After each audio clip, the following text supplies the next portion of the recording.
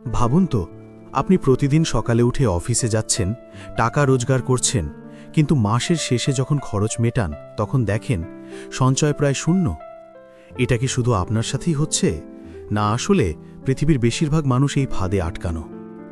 কিন্তু যদি আমি বলি আপনাকে কোটিপতি হতে কঠিন পরিশ্রম করতে হবে না, বরং একবার সঠিক সিস্টেম বানালেই সেই সিস্টেম আপনাকে সারা জীবন টাকা বানিয়ে দেবে, বিশ্বাস করবেন? The automatic millionaire. ধরুন আপনি একজন ফাইন্যান্সিয়াল অ্যাডভাইজারের কাছে গেছেন। আপনার স্বপ্ন হলো একদিন আরাম করে অবসর নেওয়া, সুন্দর একটা বাড়ি, ব্যাংকে পর্যাপ্ত টাকা আর ভ্রমণ করার মতো স্বাধীনতা। আপনি কল্পনা করছেন এই স্বপ্ন পূরণের জন্য হয়তো আপনাকে মাসে লাখ লাখ টাকা আয় করতে হবে, বিশাল কোনো ব্যবসা করতে হবে বা লটারিতে জিততে হবে। কিন্তু আপনার ফাইন্যান্সিয়াল অ্যাডভাইজার হঠাৎ আপনাকে এক দম্পতির সাথে পরিচয় করিয়ে দেয়। তাদের নাম জিতু আর সুমি। তাদের আয় খুবই সাধারণ। জিতু কাজ করে একটা ছোট কোম্পানিতে হিসাবরক্ষক, সুমি কাজ করে একটা স্কুলে। মাসিক আয় মিলিয়ে 50,000 টাকার মতো। তারা কোনো ধনী পরিবারে জন্মায়নি, কোনো বিশাল সম্পত্তিও উত্তরাধিকার সূত্রে পায়নি। তবুও আশ্চর্যের ব্যাপার হলো তারা মাত্র 50 বছর বয়সে আর্থিকভাবে স্বাধীন হয়ে গেছে। তারা চাকরি ছেড়ে দিতে পেরেছে আর ভ্রমণ করে জীবন উপভোগ করছে। আপনি হয়তো অবাক হয়ে যাবেন, এরা এটা কিভাবে করল? ডেভিড ব্যাজ যখন তাদের সাথে বসেন, তিনি ভেবেছিলেন হয়তো তারা কোনো গোপন ব্যবসা করেছে, হয়তো কোনো লটারি জিতেছে, বা হয়তো অনেক বড় ইনভেস্টমেন্টের সুযোগ পেয়েছে। কিন্তু সত্যিটা একেবারেই ভিন্ন। জিতু আর সুমির একটাই গোপন রহস্য ছিল, অটোমেশন, মানে স্বয়ংক্রিয়। তারা একটা সিস্টেম বানিয়েছিল যেটা একবার সেট করার পর আর কখনো ভাঙেনি। তাদের মূল মন্ত্র ছিল পে ইয়রসেলফ ফার্স্ট, মানে প্রথমে নিজেকে টাকা দিন। পে ইয়রসেলফ ফার্স্টের মানে কি? আমরা সবাই সাধারণত কি করি? মাসের শুরুতে বেতন আসে, তারপর আমরা বিল দিই, বাজার করি, বাসার খরচ মেটাই, বাইরে খাই, বন্ধুদের সাথে ঘুরি। মাসের শেষে যদি কিছু টাকা বেঁচে যায় তখন আমরা ভাবি এবার সঞ্চয় করব। কিন্তু বেশিরভাগ সময়ই কিছুই বেঁচে থাকে না। ডেভিড ব্যাজ বলেন, এভাবে কখনো ধনী হওয়া যায় না। সঞ্চয় মানে হলো শেষে নয়, শুরুতেই টাকা আলাদা করা। যখন আপনার বেতন আসবে তখন 10 থেকে 15% সরাসরি সঞ্চয় বা বিনিয়োগ অ্যাকাউন্টে চলে যাবে। বাকি টাকা দিয়ে আপনি জীবনযাপন করবেন। এটাই হলো পে ইয়রসেলফ ফার্স্ট। অটোমেশন সিস্টেম কিভাবে কাজ করে? জিতু আর সু হাতে টাকা নিয়ে সঞ্চয় করত না, তারা অটোমেটিক সিস্টেম বানায়। তাদের বেতন অ্যাকাউন্ট থেকে প্রতি মাসে একটি নির্দিষ্ট পরিমাণ টাকা স্বয়ংক্রিয়ভাবে কেটে নেওয়া হতো। কিছু টাকা সঞ্চয় অ্যাকাউন্টে, কিছু টাকা ইনভেস্টমেন্ট অ্যাকাউন্টে, মানে মিউচুয়াল ফান্ড বা রিটায়ারমেন্ট ফান্ডে, কিছু টাকা বাড়ির ঋণ শোধে। সময়ের সাথে সাথে এই টাকাই তাদের কোটিপতি বানিয়ে দেয়। ছোট থেকে শুরু, বড় ফলাফল। জিতু আর সুমি শুরুতে মাত্র 10% টাকা আলাদা করত। ধরুন তাদের মাসিক আয় যদি 50,000 টাকা হয়, তবে 5,000 টাকা সরাসরি সঞ্চয় বা বিনিয়োগে চলে যেত। বাকি 45,000 টাকা দিয়ে তারা জীবনযাপন করত। এখন প্রশ্ন আসতে পারে, শুধু 5,000 টাকা সঞ্চয় করে কি কোটিপতি হওয়া যায়? উত্তর হল হ্যাঁ, কারণ এখানে আছে চক্রবৃদ্ধি সুদ বা কম্পাউন্ড ইন্টারেস্ট। যখন টাকা দীর্ঘদিন ধরে বিনিয়োগে থাকে তখন সেই টাকা নিজেই নতুন টাকা বানায়। 10, 20, 30 বছর পর সেই ছোট সঞ্চয় বিশাল অঙ্কে পরিণত হয়। ডেভিড ব্যাজ তার গবেষণায় দেখেছেন গড়পড়তা মানুষ মাসের শেষে সঞ্চয় করার চেষ্টা করে আর কোনোদিনই সঞ্চয় জমাতে পারে না। অন্যদিকে জিতু আর সুমি প্রথম দিন থেকেই সঞ্চয়কে অগ্রাধিকার দিয়েছে। তাদের জন্য সঞ্চয় সমান বিল, যেমন বিদ্যুৎ বিল, গ্যাস বিল ভাড়া দিতে হয়, তেমনি সঞ্চয়ও তাদের কাছে একটা বাধ্যতামূলক বিল। এই ছোট্ট অভ্যাসই তাদের জীবনের মোড় ঘুরিয়ে দেয়। বন্ধুরা, এই অংশে আমরা শিখলাম 1. ধনী হতে হলে বিশাল আয় দরকার নেই, সঠিক সিস্টেমই আসল চাবিকাঠি। 2. সঞ্চয় সবসময় শুরুতে করতে হবে, মাসের শেষে নয়। 3. অটোমেশন সমান শৃঙ্খলার বিকল্প, শৃঙ্খলার উপর নির্ভর না করে সিস্টেম তৈরি করুন। 4. ছোট টাকা সমান বড় সম্পদ, নিয়মিত সঞ্চয় প্লাস দীর্ঘ সময় সমান আর্থিক স্বাধীনতা। পার্ট 2, লাটে ফ্যাক্টর, ছোট খরচ বড় ক্ষতি। ধরুন আপনি প্রতিদিন অফিস যাওয়ার আগে একটা কফি খান, দাম মাত্র 200 টাকা। আপনার মনে হচ্ছে এতটুকু টাকায় কি আর হবে, এটা তো জীবনযাত্রার অংশ, আরাম করার একটা ছোট্ট আনন্দ। কিন্তু যদি আমি বলি এই কফির পেছনের খরচটাই আপনাকে আজীবন কোটিপতি হওয়ার সুযোগ থেকে বঞ্চিত করছে, তাহলে কি বিশ্বাস করবেন? ডেভিড ব্যাচ এই বিষয়টাকেই বলেছেন লাটে ফ্যাক্টর। কারণ বেশিরভাগ মানুষ বুঝতে পারে না তাদের ছোট ছোট দৈনন্দিন খরচ দীর্ঘমেয়াদে বিশাল অঙ্কে টাকায় রূপান্তরিত হয়। লাটে ফ্যাক্টরের জন্মকথা ডেভিড ব্যাচ একদিন এক সেমিনারে বলছিলেন, ধনী হতে হলে প্রথমেই আপনার লাটে ফ্যাক্টর খুঁজে বের করতে হবে। সামনের সারিতে বসা এক তরুণী হাত তুলল। সে বলল, স্যার, আমি তো অনেক কম আয় করি, আমার কাছে সঞ্চয় করার মতো টাকা থাকে না। ডেভিড তখন তাকে জিজ্ঞেস করলেন, তুমি প্রতিদিন কফি খাও? সে হেসে বলল, হ্যাঁ, প্রতিদিন স্টারবাক্সে গিয়ে লাটে খাই, দাম $5। ডেভিড তখন ক্যালকুলেটর হাতে নিলেন। প্রতিদিন $5 মানে বছরে প্রায় $1800। যদি এই টাকা 30 বছর ধরে সঞ্চয় করে বিনিয়োগ করা যায়, গড়ে 10% রিটার্নে, তবে এর মূল্য দাঁড়াবে কয়েক লাখ ডলার। তখন মেয়েটির চোখ কপালে উঠে গেল। সে বলল, তাহলে তো শুধু কফি বাদ দিলে আমি ধনী হতে পারি। ডেভিড হেসে বললেন, কফি বাদ দেওয়ার দরকার নেই, কিন্তু তোমাকে বুঝতে হবে যখন তুমি ছোট খরচ করছো, আসলে তুমি তোমার ভবিষ্যতের সম্পদকে উৎসর্গ করছো। ছোট খরচ সমান বড় ক্ষতি, এটাই গণিতের খেলা। চলুন সহজ একটা হিসেব করি। ধরুন আপনি প্রতিদিন 200 টাকা খরচ করছেন কফি, সিগারেট, নাস্তা, ফাস্টফুড যাই হোক। দিনে 200 টাকা, মাসে হলো 6000 টাকা, বছরে 72,000 টাকা। এখন এই টাকা যদি আপনি প্রতি মাসে বিনিয়োগ করেন এবং গড়ে 10% হারে রিটার্ন পান, তবে 10 বছরে প্রায় 12 লাখ টাকা, 20 বছরে প্রায় 40 লাখ টাকা, 30 বছরে 1 কোটিরও বেশি টাকা। এখন বলুন তো, প্রতিদিনের 1 কাপ কফির জন্য যদি আপনি ভবিষ্যতের 1 কোটি টাকা হারান, তাহলে সেটা কি বুদ্ধিমানের কাজ? লাটে ফ্যাক্টর শুধু কফি নয়। অনেকে ভাবে, আমি তো কফি খাই না, তাহলে আমার কোনো সমস্যা নেই। কিন্তু আসল বিষয় হলো, লাটে ফ্যাক্টর শুধু কফি নয়। এটা হতে পারে প্রতিদিন সিগারেট খাওয়া, বারবার বাইরে ফাস্টফুড খাওয়া, অপ্রয়োজনীয় সাবস্ক্রিপশন যেমন নেটফ্লিক্স বা স্পটিফাই, অনলাইন শপিংয়ে ছোটখাটো জিনিস কেনা, ট্যাক্সি বা রাইড শেয়ার বেশি ব্যবহার। সব মিলিয়ে এই ছোট খরচগুলো অদৃশ্য ফাঁসির দড়ির মতো আমাদের আর্থিক স্বাধীনতাকে আটকে রাখে। চলুন এবার গল্প বলি। রফিকের মাসিক আয় 25,000 টাকা। সে প্রতিদিন সিগারেট খায় 150 টাকা, সপ্তাহে 3 দিন ফাস্টফুড খায় 500 টাকা, মাসে নেটফ্লিক্স, গেমস আর ছোটখাটো অনলাইন সাবস্ক্রিপশনে খরচ করে 1000 টাকা। তো মোট মিলিয়ে মাসে প্রায় 7,000 টাকা অপ্রয়োজনীয় খরচ করছে। এখন যদি সে 7,000 টাকা বিনিয়োগ করত, তবে 20 বছরে সেটা 1 কোটি ছাড়িয়ে যেত। কিন্তু রফিক সেটা করেনি। ফলাফল, 45 বছর বয়সে তার হাতে কোনো সঞ্চয় নেই, সে এখনও ঋণে ডুবে আছে। অন্যদিকে তার বন্ধু রাজু প্রতিদিন আজেবাজে খরচ বাদ দিয়ে সেই টাকা সঞ্চয় করেছে। আজ রাজুর ব্যাংকে আছে 50 লাখ টাকা, আর রফিক এখনও মাস শেষে বেতন হাতে আসার আগেই ঋণ শোধ করতে ব্যস্ত। লাটে ফ্যাক্টরের মানসিক খেলা। এখানে একটা মনস্তাত্ত্বিক দিকও আছে। আমরা ছোট খরচকে গুরুত্ব দেই না, কারণ একটু খরচ করলে কী বা হবে। কিন্তু সত্য হলো, ধনী ও গরিব হওয়ার পার্থক্য অনেক সময় এই ছোট খরচের মধ্যেই লুকিয়ে থাকে। ধনী মানুষরা জানে প্রতিদিন 100 টাকা বাঁচানো মানে ভবিষ্যতের লাখ টাকা, কিন্তু সাধারণ মানুষ ভাবে আজকে না খেলে তো বাঁচা যাবে না। এই মানসিকতা বদলানোই হলো প্রথম ধাপ। দ্বিতীয় অধ্যায়ের মূল শিক্ষা। 1. ছোট খরচকে হালকা করে দেখবেন না। প্রতিদিনের 200 টাকাই ভবিষ্যতের কোটি টাকায় রূপান্তরিত হতে পারে। 2. আপনার লাটে ফ্যাক্টর খুঁজে বের করুন। সেটা কফি হতে পারে, সিগারেট হতে পারে, অনলাইন শপিং হতে পারে। 3. এই খরচ সঞ্চয়ে রূপান্তর করুন। সেই টাকাকে সরাসরি অটোমেটিক সঞ্চয়ে পাঠিয়ে দিন। 4. সচেতন হন। প্রতিদিনের ছোট ছোট সিদ্ধান্তই আপনার ভবিষ্যতের ধনী বা গরিব হওয়ার পথ ঠিক করে দেয়। পার্ট 3. অটোমেশন, ধনী হওয়ার আসল চাবিকাঠি। আমরা অনেকেই ভাবি, আমি চাইলে তো সঞ্চয় করতে পারি, আমি তো ইচ্ছে করলে প্রতি মাসে টাকাই আলাদা করে রাখতে পারবো। কিন্তু বাস্তবে কি হয়? বেতন হাতে আসার কয়েকদিনের মধ্যেই বিল, বাজার, বাইরে খাওয়া, হঠাৎ কেনাকাটায় টাকা শেষ হয়ে যায়। মাসের শেষে সঞ্চয়ের কথা মনে থাকলেও তখন আর হাতে কিছুই থাকে না। ডেভিড ব্যাচ বলেন, মানুষ ইচ্ছা শক্তির উপর নির্ভর করলে ব্যর্থ হয়।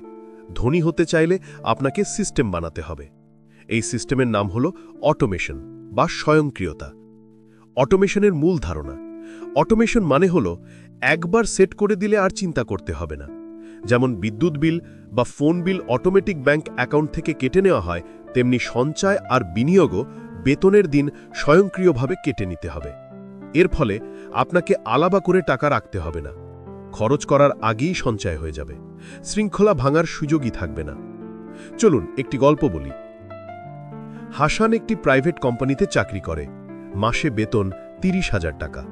প্রথম কয়েক বছর সে সবসময় বলতো, এই মাসটা শেষ হোক, পরের মাস থেকে আমি সঞ্চয় করব। কিন্তু ৫ বছর কেটে গেলেও তার সঞ্চয় ৫,০০০ টাকার বেশি হলো না।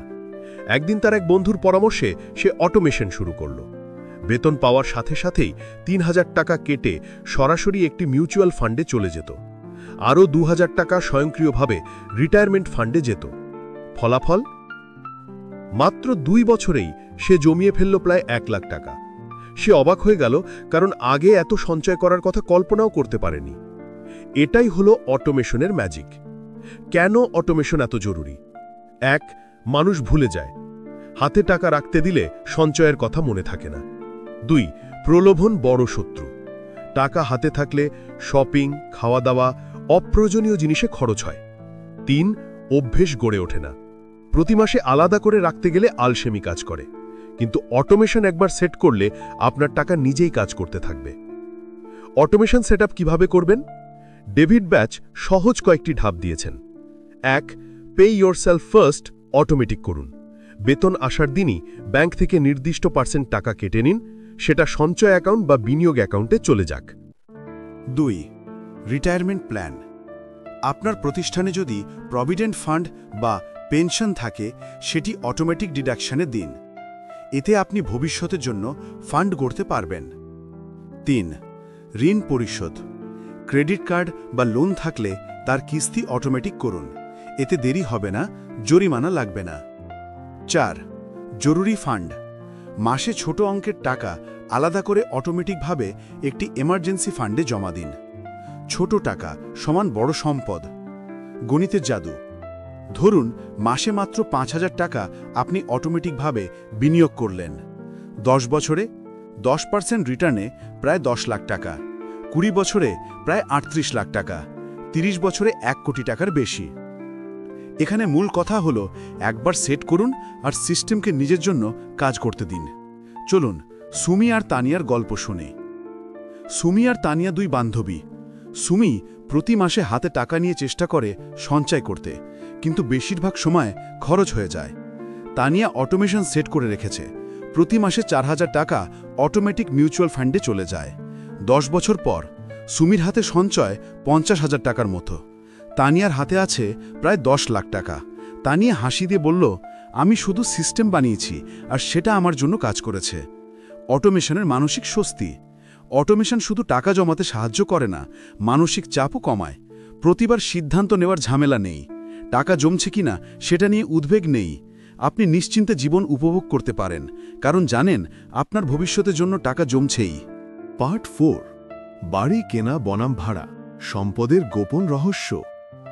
আমরা অনেকেই একটা প্রশ্ন করি, বাড়ি ভাড়া থাকব নাকি লোন নিয়ে বাড়ি কিনব? ভাড়া থাকলে মনে হয় সুবিধা বেশি, মাসের শেষে শুধু ভাড়া দিলেই হলো। বাড়ি রক্ষণাবেক্ষণ নিয়ে চিন্তা নেই, চাইলে যে কোনো সময় বাসা পাল্টানো যায়। কিন্তু ডেভিড ব্যাচ বলেন, ভাড়া মানে হলো আপনি আজীবন অন্যের সম্পদ গড়ছেন। নিজস্ব বাড়ি কেনা মানে আপনি ধীরে ধীরে নিজের সম্পদ তৈরি করছেন।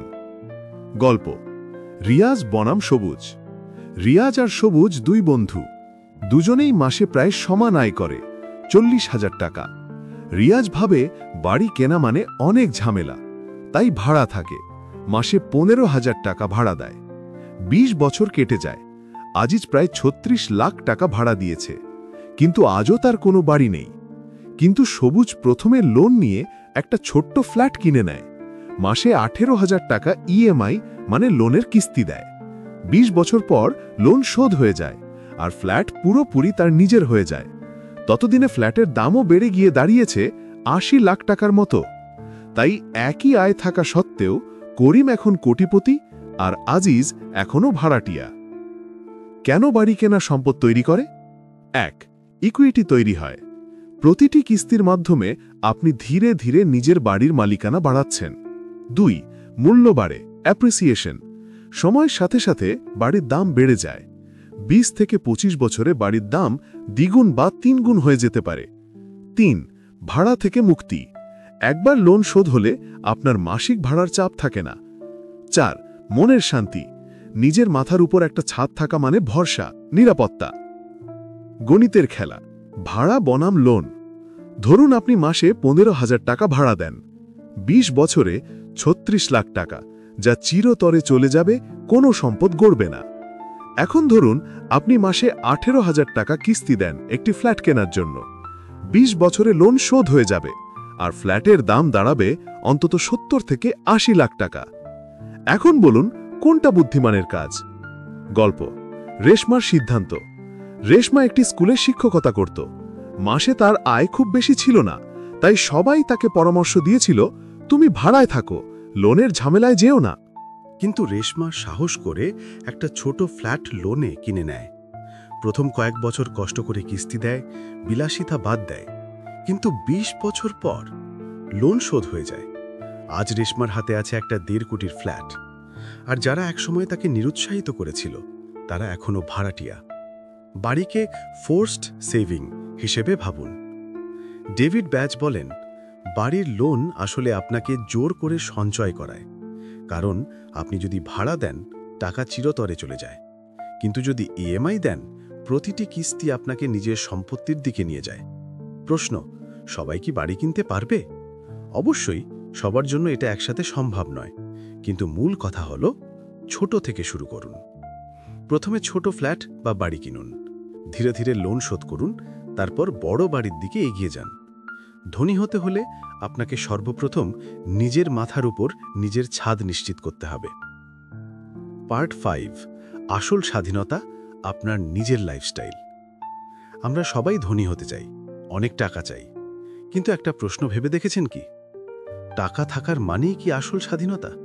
নাকি আসল স্বাধীনতা মানে হলো আপনি নিজের সময়ে নিজের পছন্দ মতো জীবন কাটাতে পারবেন?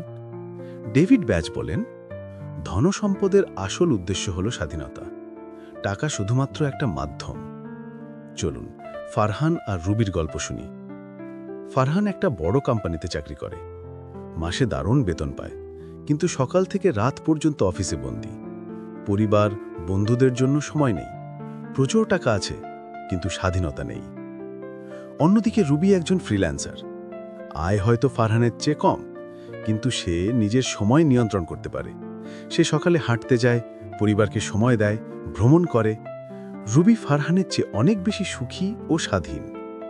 এই গল্প থেকে আমরা বুঝতে পারি, স্বাধীনতা মানে কেবল টাকা নয়, বরং সময় ও নিয়ন্ত্রণ। স্বাধীনতা অর্জনের 3টি স্তম্ভ।